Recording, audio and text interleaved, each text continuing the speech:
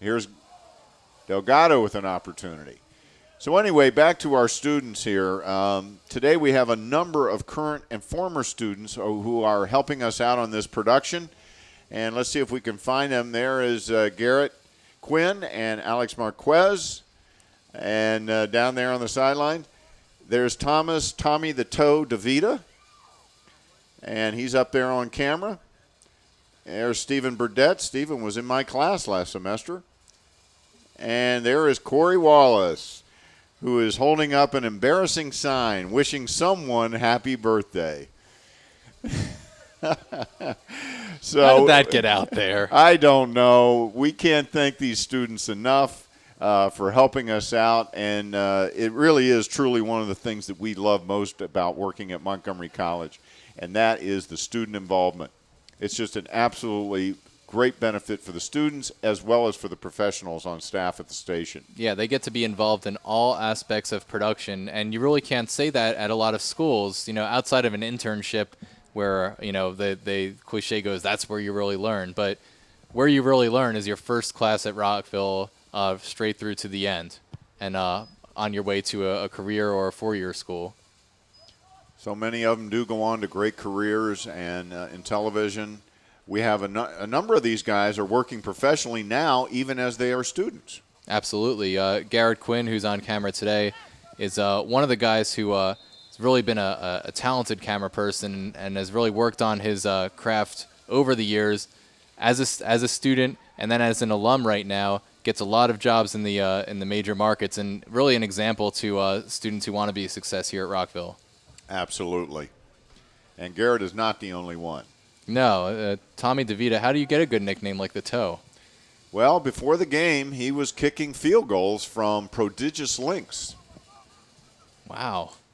40, 50-yard kicks. There's a local team who might be in need of a punter. So I wonder if he can do it off the drop kick as well as he can do off the toe. I think we've got one. There he is, Tommy the Toe. A good close shot of that toe, the famous toe. And Tommy DeVita, obviously an outstanding camera person on our main game action today. And believe it or not, something that he's fairly new at as far as doing it as a paid gig. But you can see the work that he's put in as a student at Rockville has paid off for great shots for us in the TV audience today. Well, and he's had the patient production of our excellent crew in the truck to guide him through this. We've got the Wizard of Audio, John Watson, in there. We've got Scott Youngblood, Director Extraordinaire. We've got Francine Wyron, who is responsible for the graphics that we're seeing. We've got Diane Rankin on replay. We've got Stan Jones keeping time and doing all kinds of other important things. We've got Sam Black, the engineer extraordinaire. Maybe the hardest working man in show business, Sam Black. Yeah, none of this works if Sam doesn't get the things working. And we just got to have an excellent staff up here in the booth. We have Angela C. Dale, who keeps us under control and feeds us statistics on a constant basis. And really, we just couldn't do it. It's an impossible task to do it without a dedicated crew like we have. And we thank them all. Sam also an outstanding and winning personality. I don't know where I get off talking about engineers the way I did before. I'll apologize one more time and we'll move on.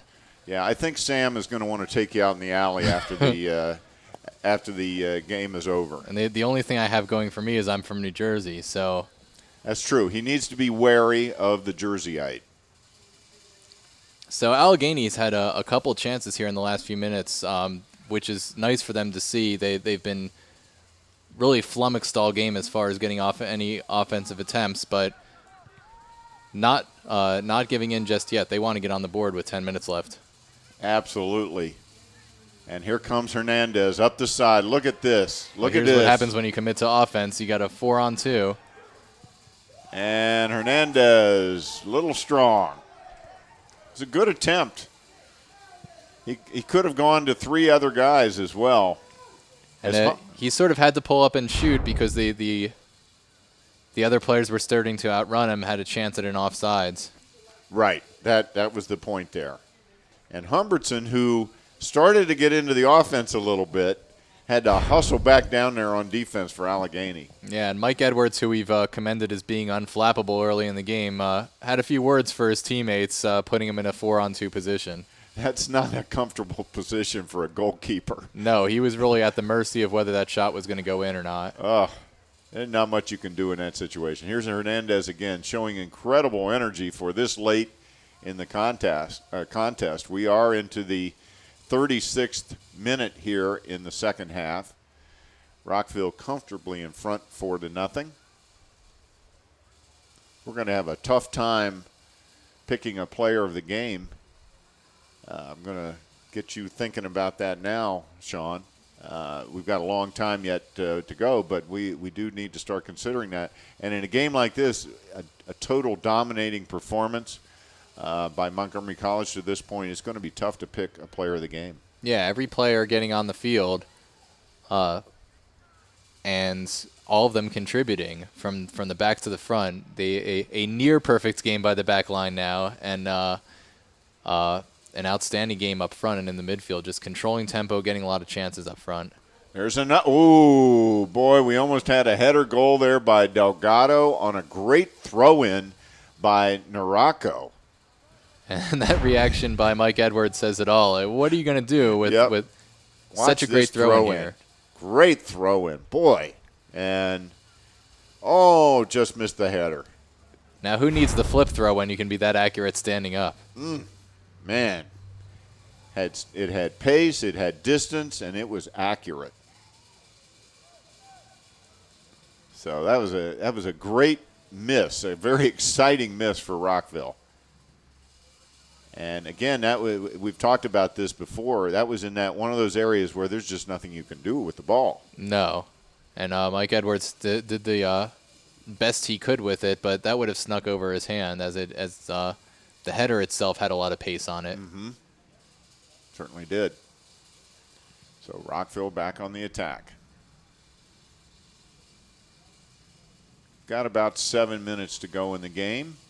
Again, the official time is always kept down on the field by the officials, but I don't believe we've had any stoppages of the clock in the second half, to my recollection. I don't believe so, Michael, and a couple guys getting into the game for Allegany now. Kevin Dudek coming back in. He was a starter today, as well as Lucas Knotts. They had a rest, and they'll come in for hopefully one more offensive thrust for Allegany to try to get themselves on the board.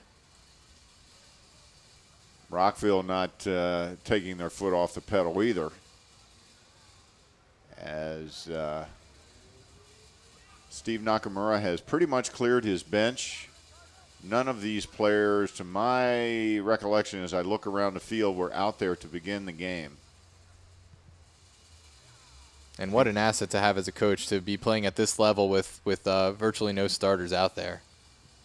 And still maintaining the pressure offensively. And, again, you cannot say enough about their defense. No, just a couple very minor mistakes by the defense and really individual mistakes. As a team, they've really stood up together. 4-0. 2 goals in the first half, 2 goals in the second half, all by different Knights.